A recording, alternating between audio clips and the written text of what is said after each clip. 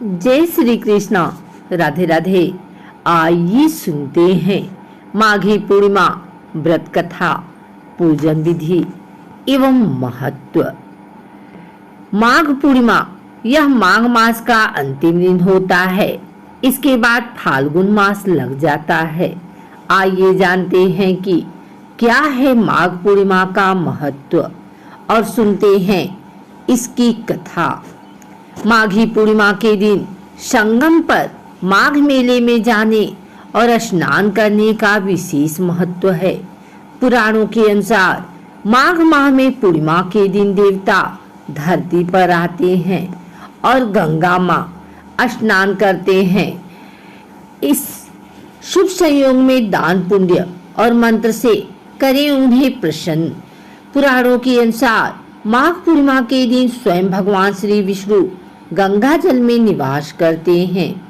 इस दिन गंगा स्नान करने से भगवान विष्णु की कृपा मिलती है तथा धन संपदा, लक्ष्मी यश, सुख, सौभाग्य तथा उत्तम संतान की प्राप्ति होती है। माघी पूर्णिमा पर गंगा तथा अन्य पवित्र नदियों तथा सरोवर तट पर स्नान करके तिलांजलि देना चाहिए तथा पितृतर्पण करना चाहिए। इस दिन दान दक्षिणा का 32 गुना फल मिलता है, इसलिए इसे माघी पूर्णिमा के अलावा 32वीं पूर्णिमा भी कहते हैं। दान करने से सभी तरह के संकट मिट जाते हैं और जातक मोक्ष को प्राप्त करता है। पूर्णिमा पर माता लक्ष्मी के मंत्रों का जाप करना चाहिए। इससे घर में धन समृद्धि में बढ़ोतरी होती है। इस दिन देवी लक्ष्मी जी को पीले तथा लाल रंग का सामग्री अर्पित करने से वे प्रसन्न होती हैं। प्रयाग में माघ मास के अंदर 3 बार स्नान करने से जो फल होता है वह फल पृथ्वी में 10,000 अश्वमेघ यज्ञ करने से भी प्राप्त नहीं होता है। पद्म पुराण में माघ मास के महात्म्य का वर्णन करते हुए कहा गया है कि पूजा करने से भी भगवान श्री हरि को उतनी प्रसन्नता नहीं होती जितनी कि माघ महीने में स्नान मात्र से होती है। इसलिए सभी पापों से मुक्ति और भगवान वासुदेव की प्रीति प्राप्त करने के लिए प्रत्येक मनुष्य को माघ स्नान करना चाहिए।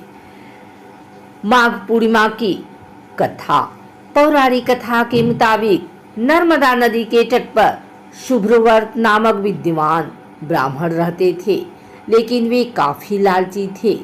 इनका लक्ष्य किसी भी तरह धन कमाना था और ऐसा करते करते इस समय से पूर्व ही वृद्ध दिखने लगे और कई बीमारियों की चपेट में आ गए।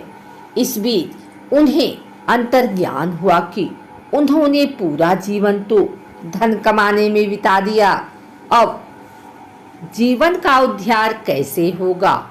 इसी क्रम में उन्हें माघ माह में स्नान का महत्व बताने वाला एक श्लोक याद आया। इसके बाद स्नान का संकल्प लेकर ब्राह्मण नर्मदा नदी में स्नान करने लगे। करीब 9 दिनों तक स्नान के बाद उनकी तबीयत ज्यादा खराब हो गई और मृत्यु के समय आ गया। वे सोच रहे थे कि जीवन में कोई सत्कार्य न करने के कारण उन्हें नरक का दुख भोगना होगा, लेकिन वास्तव में मात्र 9 दिनों तक माघ मास में स्नान के कारण उन्हें मोक्ष की प्राप्ति हुई। आइए सुनते हैं पूर्णिमा व्रत की कथा। कांतिका नगरी में धनेश्वर नाम के ब्राह्मण अपना आजीवन भिक्षा मांगकर निर्वाह कर रहा था। उसकी कोई संतान नहीं थी। एक दिन उसकी पत्नी नगर में भिक्षा मांगने गई, परंतु सभी ने उसे बाज कहकर भिक्षा देने से इनकार कर दिया। फिर किसी ने ब्राह्मण दंपति को 16 दिन तक माँ काली की पूजा करने को कहा। उन्होंने विधिवत पूजा करके आराधना की और तब उनकी आराधना से प्रसन्न होकर माँ काली ने दोनों को संतान प्राप्ति का वरदान दिया और कहा कि अपने सामर्थ्य के अनुसार प्रत्येक पूर्णिमा को तुम दीपक जलाओ। इस तरह हर पूर्णिमा के दिन तक दीपक बढ़ते जाता है जब तक कम से कम 32 दीपक न हो जाएं।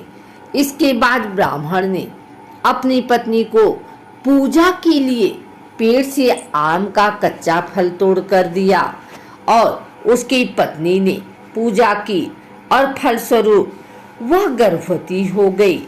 एक पुत्र ने जन्म लिया जिसका नाम देवदास रखा। देवदास जब बड़ा हुआ तो उसे अपने मामा के साथ पढ़ने के लिए काशी भेजा गया। काशी में धोखे से देवदास का विवाह हो गया। देवदास ने कहा कि वह अल्पायु है, परंतु फिर भी जबरन उसका विवाह करवा दिया गया। कुछ समय बाद काल उसके प्राण लेने आया, लेकिन ब्राह्मण दंपति ने पूर्णिमा का व्रत रखा था, इसलिए काल उसका कुछ बिगाड़ नहीं पाया।